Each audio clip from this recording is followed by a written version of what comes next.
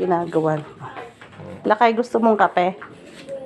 Kape lakay. Oo. Gusto mo kape? Sige ba lakay? Kape. Kape. Daw siya.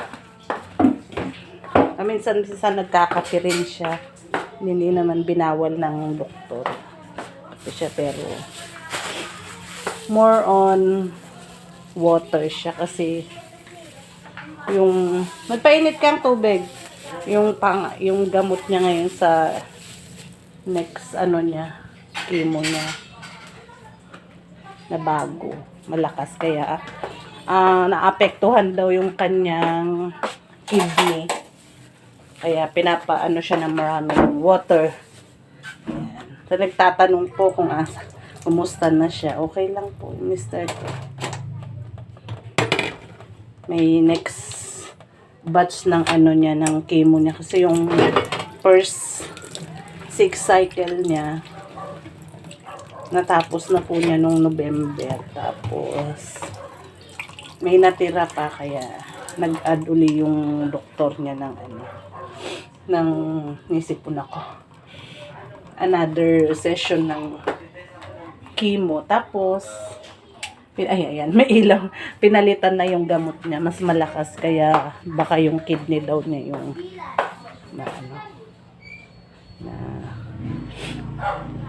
maapektuhan.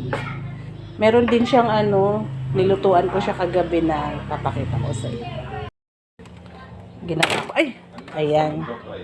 Yung okra, nilagang okra. Ayan. Ginawan ko siya kagabi. Yan yung tubig niya. Ayan. Nag-organic po kami. Organic kami ng mga niya. Sinasabayan namin ng organic. May barley din siya. Paubos na. Baka naman may mag-sponsor ng barley. Ayan. Barley siya 2 times a day. Ayan. Para hindi siya maumay. Ayan. Inalok ko siya ng kape. Para kasi siya kanina minom siya na ayun yung pinakulo ang okra. Para pure organic siya. Tapos, nag-juice din ako ng kalamansi tsaka yung tira-tirang orange. Mag-ama. Mag-ML kaya na. Pahinga na yung mata mo. Pahinga ka na.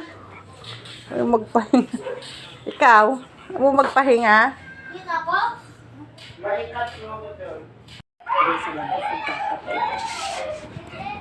Sarap magkain, di ba? Nilinis ko pa. Ganda-ganda. Ulo ko na Yung tapon ko na kaya yun. rin. Kulungan ng pusa. Wow! May tapon yan. Para kung sakali man dumating dito yung pag may nagwala dyan, may pupulong. Sino ang magwawala? Malay ko, baka ikaw magwala ka. Para? Baka kasi dumating dito yung nabuntis ko ba. Kasi ayaw mo ko bigyan ng babae, kaya ayan. Nabuntis. Nabuntis. Nabuntis na pusa. Di ba ang ganda? Di meron na tayong kapihan dito. Tanggalin ko na kayo mga ibang halaman. No. Ito mga ganito, wala naman yung kaano-ano eh. Sarap tumambay dito guys eh. May kape-kape, Tapos mas mahangin. Dati naman talaga tambayan namin to, kaso di nung pandemic nga, nauso ang plantita. Naghalaman ako. Ngayon, nabuburaot na naman ako sa mga halaman ko. Papangit lang. Kaya pinawasan ko na sila. Tapos nung pandemic din, uso din yung mga cheating, kaya nag-cheat tayo. Sinubukan natin. Pinaparusahan ka na sa ka-cheat mo. Maniwala sila. Asahan mo na po yan, may darating dito na magtatao po. Kapatid mo siya, babae yun.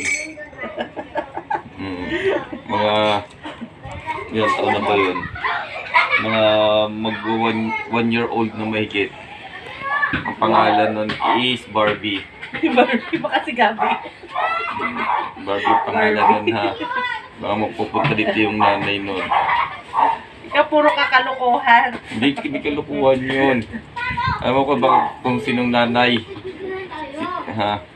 Uy, alam ko sinong nanay. Si Barbie Fortesa. Kaya nga Barbie din ang pangalan. Doon nakuha yung pangalan nun, ha?